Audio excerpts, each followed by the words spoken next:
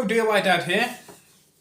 Right, we're going to talk about investments today because I've been doing quite a lot of investments recently with the fact that we're taking our family away from the UK. We're selling our house to do this, so we're going to have a little bit of money to invest. Now, I've only just got into this, but it's something that I'm amazed at the potential that it's got. And I suppose the reasons why people don't do this more is, one, they haven't got any money, which is pretty common nowadays because we're all a bit skint.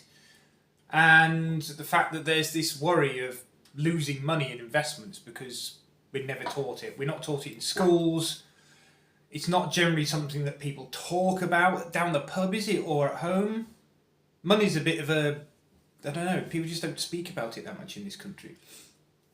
So I'm gonna go quickly through what I've learned. Now, firstly, I've been using a free course on Facebook through the Rebel Finance School. Go and look them up. They are a couple that is financially free in their 40s. And how have they done that? They've done it by investing in stocks and shares and various things.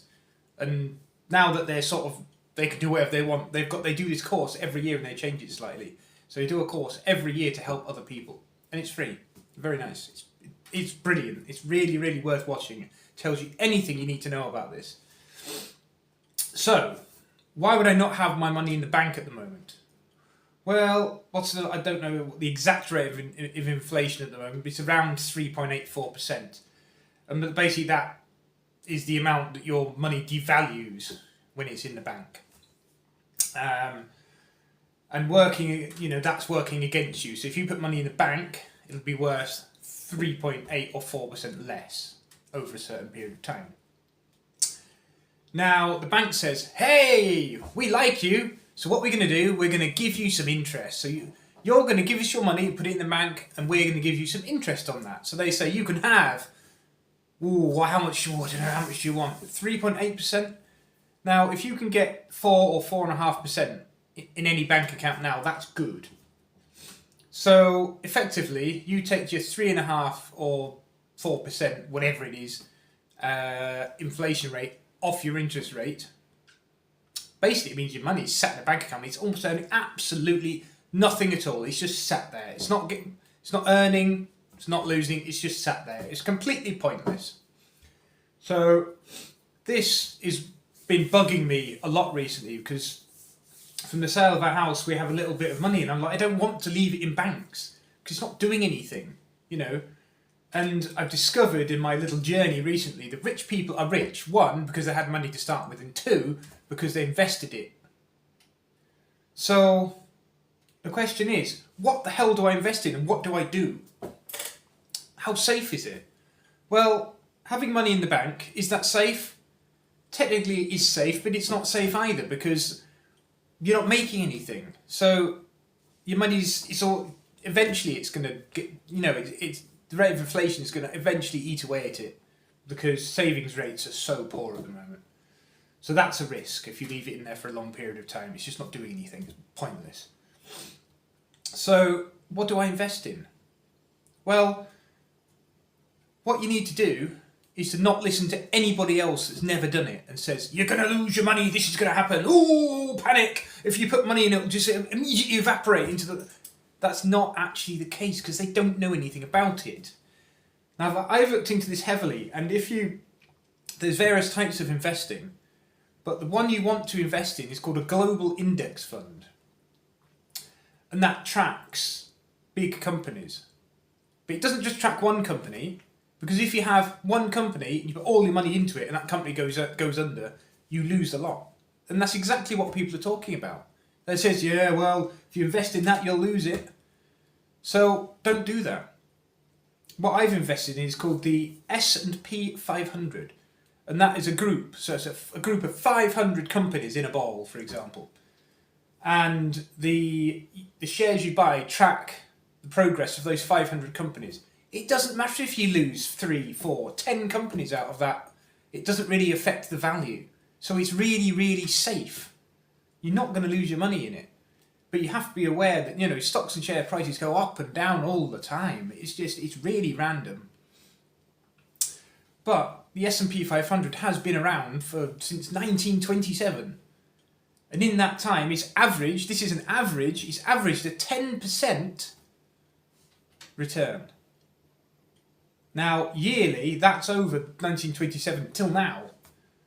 There's been years where it's done 13, 14% or more. And there's only 1 year that it actually lost, and that was the financial crash in 2008. And what you need to be really, really careful of is if you put money in stocks and shares, like the S&P 500 or some other global index fund, if you do that, you'll put the money in and the price of the shares will drop and you think, oh, I've just lost a few hundred quid or something, oh, quick, pull it out. No, do not do that. Leave it. The best investor is somebody that leaves their money in for 30, 40 years. Ridiculous, isn't it? That amount of time. But that's what you should be aiming at. So, a well-known financial guy said the best type of investor is somebody that either dies because they don't touch the investments, 2, forgets they've got it because they don't touch the investments. The people that don't do so well are people that mess about and try and buy and sell shares.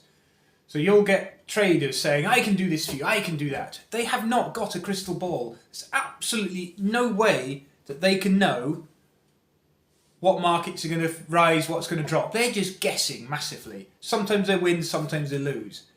And as it happens, there's only 1 or 2 people in the history of stocks and shares that have actually managed to beat a global index fund for its returns, which is an average of 10% or more. So for a bit of context, I put in a bit of money, then I put in a bit more money. I won't tell you the exact amount. But in the last month and a half that I've had the money in there, I've gained £95 interest in a month and a half. I haven't got lots in there, so it doesn't have to be a big amount of money. I did it as a test. So in 1.5 months, I've made £95 on it. And that rises, it's been over that, it's been over 100, it's been below. But that's what I've achieved so far, just in a month and a half. So imagine if you followed the rules properly since you were in your 20s and you put £200 a month in stocks and shares and you did that every month. What would you know, after 10 or 15 years, you'd have a huge amount of money in there. And this is something else, just for context. This is going to be extreme, but if you had £10,000 and you put it at birth, you put it in stocks and shares for your son or daughter, and you left it until they retired, they would have £6.5 million in there when they came to retire. So it's a lot better than pensions. It's just, this is how rich people get rich. They do it by putting money in stocks and shares, using the compound interest. Now, compound interest, Einstein called the 8th wonder of the world, because it's fantastic. I've been looking at compound calculators, and the amount of money that it generates is huge. It's massive amounts of money over a decent period of time. So compound interest, basically, you say you put 100 quid in, and you get the interest on 100 quid next month. And then you get interest on the 100 quid plus the interest you put in. So the interest is basically compounding. Each time you get interest, it goes back in. And that grows your money really fast, and it gets to a point where you get a slow little graph, and then it suddenly shoots up as the money gets bigger. So, yeah.